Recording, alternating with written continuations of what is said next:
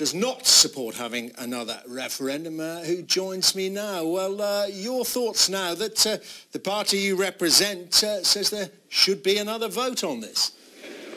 Well, I don't support a second referendum because I fought a general election on a Labour promise, both that I made locally but the Labour Party made nationally, that we would respect the outcome of the referendum. We said in our literature that the decision to leave has been settled by the British people. And it's very important, Dermot, for viewers to understand that the motion that was passed at Labour Party conference talked about us working to get an improved deal, one that works for the UK, and that would focus our attention, and then following that there may be another referendum. The question of sorting out a deal is still in play, and whilst I voted for the Labour amendment tonight, which did not mention a second referendum at all, it just laid out our demands for a deal, there is still the opportunity for Labour and the Tories to engage on improving what's on the table, and hopefully we can come to some agreement. Are you going to vote for the withdrawal agreement?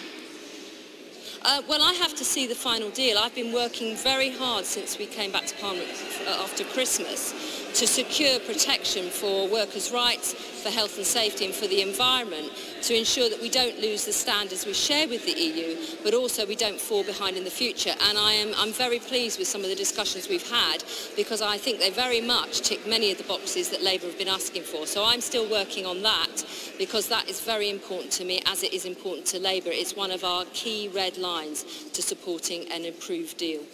Wow, so you're getting closer to voting for Theresa May's withdrawal agreement?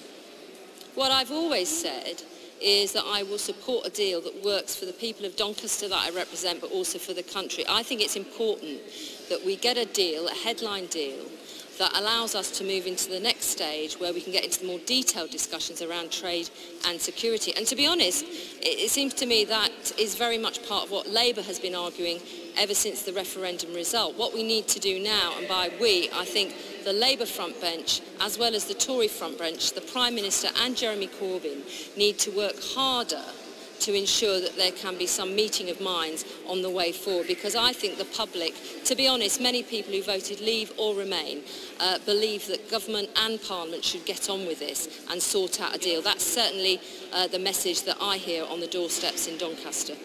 Caroline Flint, great talking to you. Thank you very much indeed for sparing the time to do that. I want to get the thoughts